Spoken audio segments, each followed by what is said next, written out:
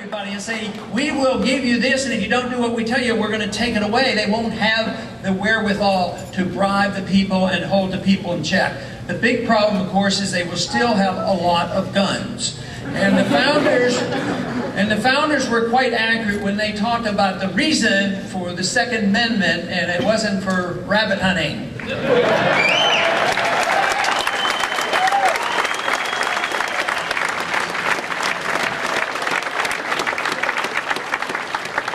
My goal has always been to make sure we do everything conceivable to prevent that from coming.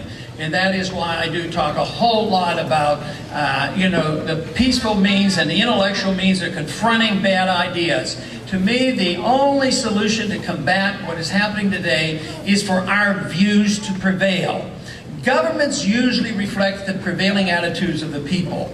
So when the attitude of the people is that they accept, because they have been brainwashed with Keynesian economics, and they have accepted the idea that governments just have stuff and they can pass it out, they support the government. But once it becomes known that the government cannot provide any longer and that the money fails, that the people then will have a much greater say in what's happening.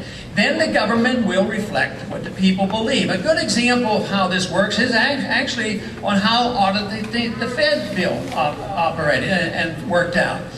They never were convinced that the Fed needed auditing. They weren't persuaded by my arguments. I've been arguing for 30 years and I couldn't get them to listen. But they're listening to the people because that message got out, the economic crisis hit.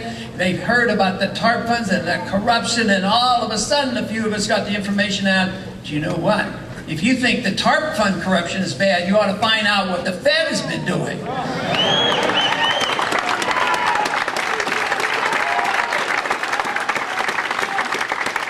And with the support of people like you at the grassroots who went to the members of Congress and many senators and got their attention. So it does work, and we have to believe in that. Otherwise, we will usher in too much, violence that we don't need. But ideas do have consequences. Right ideas are what is necessary.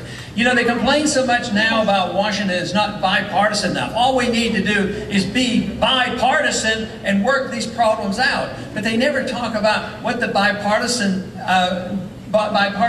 are going to do. Of course, they're always talking, they're always inferring, those who want bipartisanship, is to increase the size of government and more spending just to agree with it. I think we've had way too much bipartisanship.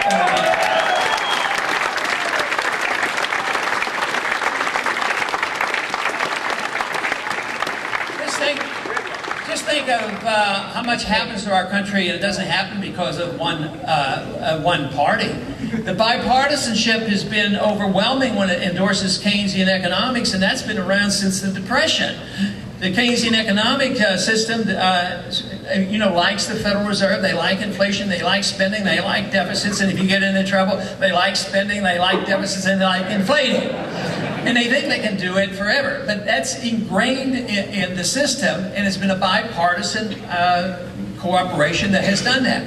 What is a nonpartisan or one party about our foreign policy? Only at the time of elections you hear a little bit of dissent. Like in the year 2000, the Republican Party candidate was arguing that, we want a humble foreign policy. We don't want to be a nation building. We don't want to be the policeman of the world. And that helped them get elected. Yeah, and look what has happened.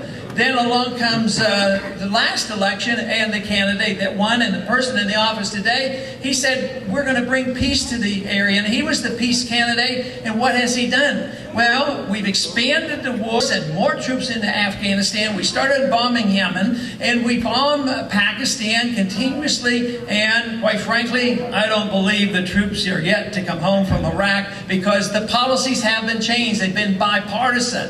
They're supported by both parties. They support the monetary system. They support the Federal Reserve. You would think maybe one party might take a position that we shouldn't have the federal government running our educational system. Remember, not too many years ago,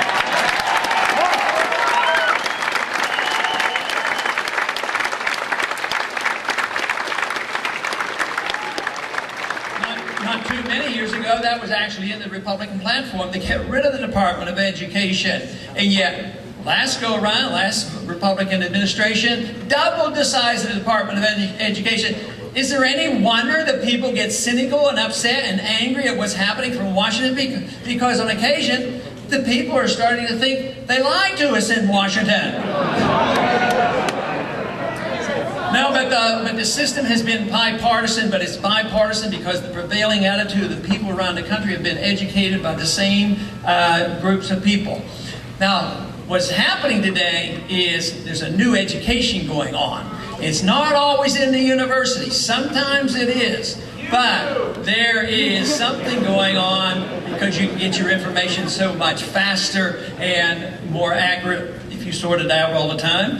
And the availability of the internet.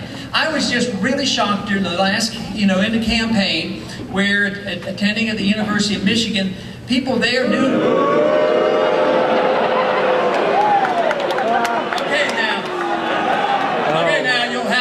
Have to outdo them, because when the subject of money came up, they said, "And the Fed," and they said it very loud.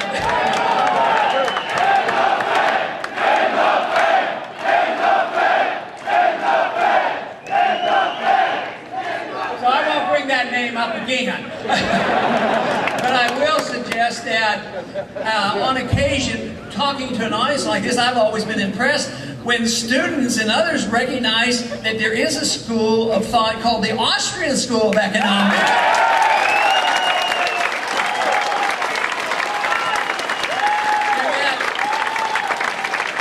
And that there's other economists other than Keynes and Samuelson and Paul Krugman, people like Mises and Hayek and Rothbard.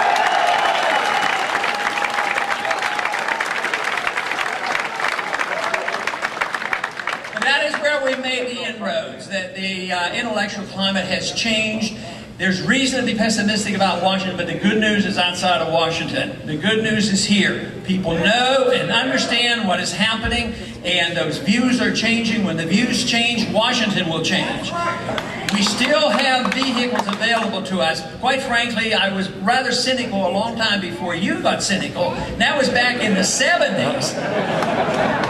I was cynical then, and I thought, well, I'm going to run for Congress, and I'm going to run giving my speech that I'm giving currently and I've given for 30 years, and I figured, well, at least I'm going to get it off my chest, and I'm going to say I did my part, run one time, get defeated, and that would be it, and nobody would care. And I would say, well, lo and behold, there were more people there than I dreamed of. There were a lot more of you than I ever dreamed of in 2008. I mean, this is fantastic what is happening. It's much bigger. This is almost like a movement.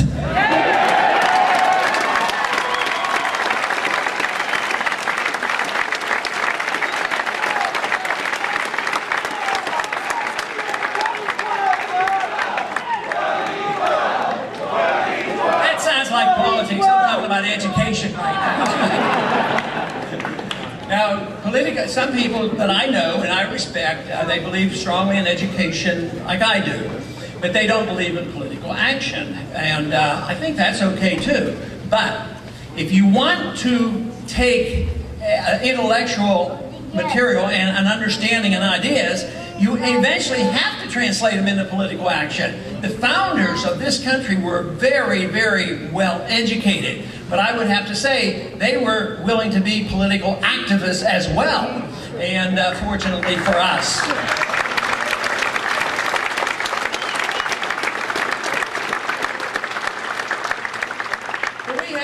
We have a long way to go, and certainly I've talked a lot about foreign policy, and we do need a new foreign policy. We need, it can be,